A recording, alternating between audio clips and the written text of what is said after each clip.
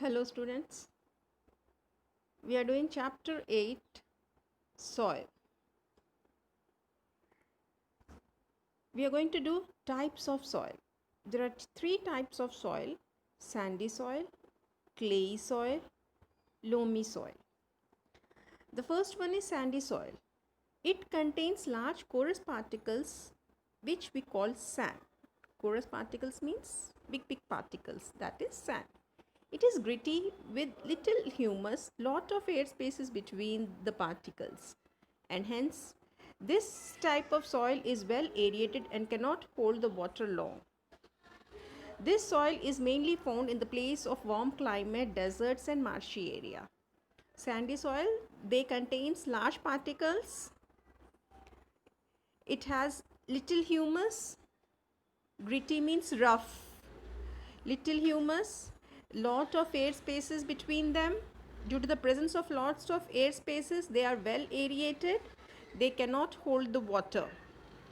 They are found in the desert and marshy areas, means wetland. Next, clay soil. Clay soil, they contain fine particles of clay. The soil particles have little space between them. Water will not drain as quickly as compared to the sandy soil. The water in this soil get locked, making the soil sticky. It is a fertile soil and plants can grow in this type of soil, in the clayey soil. Okay, clayey soil is opposite to the sandy soil. In sandy soil we have large particles, in clayey soil we have small particles. They have more air spaces, they have less air spaces. They cannot hold the water. Clayey soil can hold the water. Okay. Next, loamy soil. It is large fine particles of sand, silt and clay.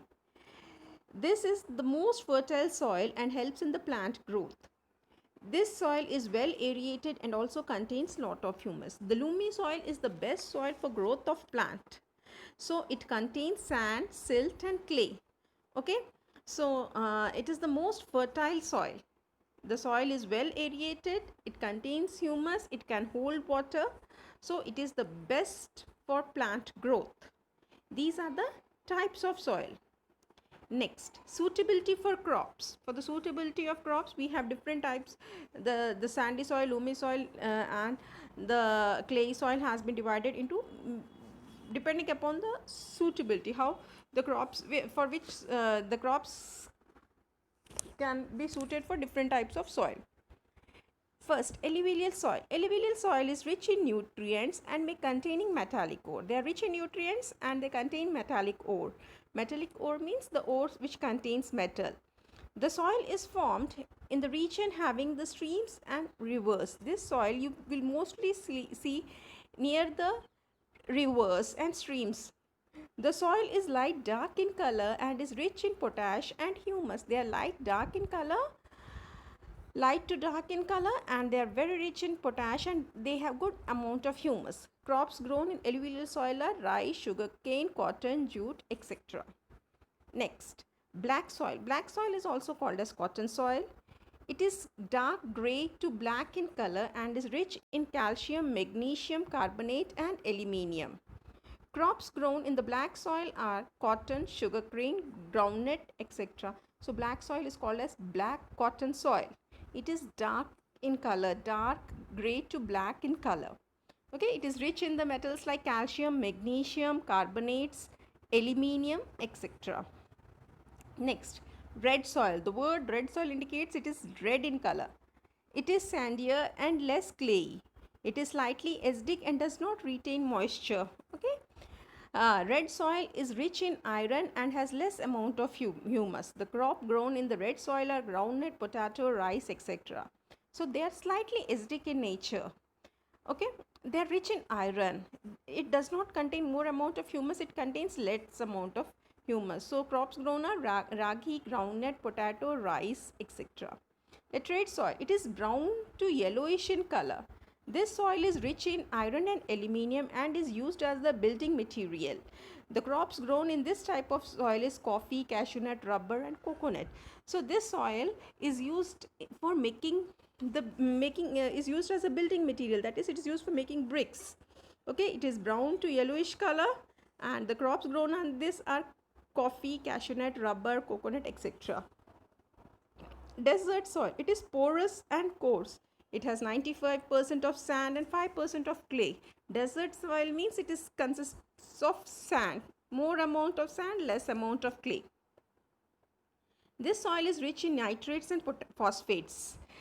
Drought resistant crops like millets, barley, cactus, dates can be grown. In this type, only that type of crops can be grown which require less amount of water, like dates, cactus, millet, barley, etc. Mountain soil. It is mainly found on the hilly slopes. It is found on the deposition of organic matter. It is rich in humus. Crops grown in the mountain soil are coffee, tropical fruit. Okay, it is mountain soil means the word mountain soil indicates that it is found on the hilly slopes, and it is rich in humus.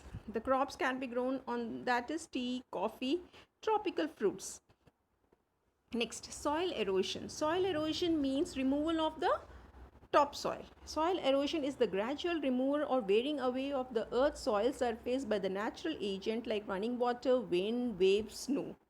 The word soil erosion means removal of the topsoil by either wind, either water, waves, snow, etc.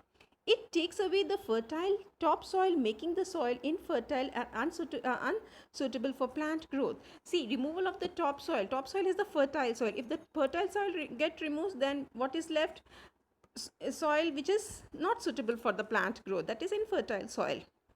Soil erosion is more severe in the areas where there are destructive human activities and less vegetation cover. Soil once lost would take at least 100 of years to restore. So soil, if it is lost, topsoil is lost, it takes 100 of years to restore. Causes of soil erosion. The loss of protective vegetation through the deforestation, overgrazing, ploughing, forest fire make the soil susceptible of being swept away by strong wind, running water, etc. So overgrazing, deforestation, ploughing, forest fire helps in the removal of topsoil. Inappropriate farming techniques such as deep ploughing the land for 2 or 3 times a year to produce annual crop can lead to the soil erosion. See, deep ploughing can also leads to soil erosion. Overcultivation of crops, overgrazing of animals can cause the soil to lose its structure, binding capacity, which makes it easier to erode.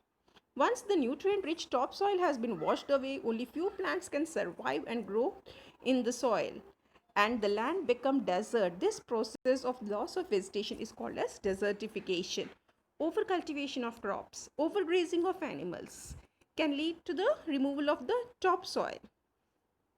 That is, the topsoil is rich in nutrient. If the topsoil is removed, then all the plants cannot survive, only some plants can survive, and it can lead to the desert formation, that is desertification. Now, how to prevent the soil erosion?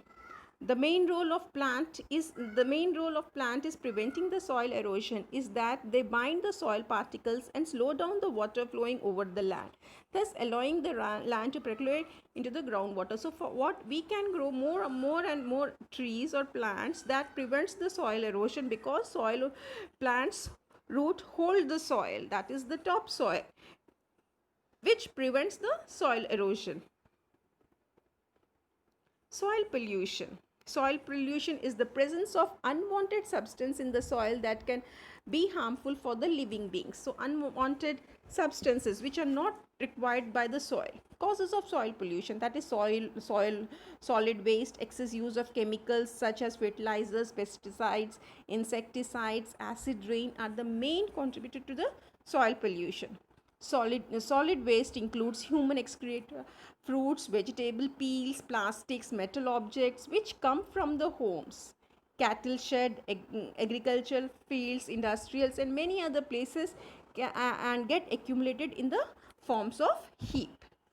Next, acid rain caused when the polluted air get mixed with the rainwater. This can be seen in the industrial area that is highly polluted with the harmful gases coming out from the chimneys and factories.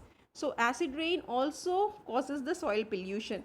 The gases like carbon dioxide, sulfur dioxide, nitrogen dioxide reacts with the water present in the atmosphere and falls in the form of rain, that is called as acid rain. It increases the acidity of the soil. So acid rain occurs near the industrial area. It is one of the cause of soil pollution. Excess use of chemical fertilizers like insecticides, pesticides that affects the soil and get absorbed by the plants and affecting the entire food chain. So if we use excess of fertilizers, it also causes soil pollution. Plastic waste are the biggest threat to, as they do not decay and acts as the trap for the moisture, promoting the growth of germs. So plastic waste is one of the biggest cause of soil pollution because they don't decay by the microorganisms.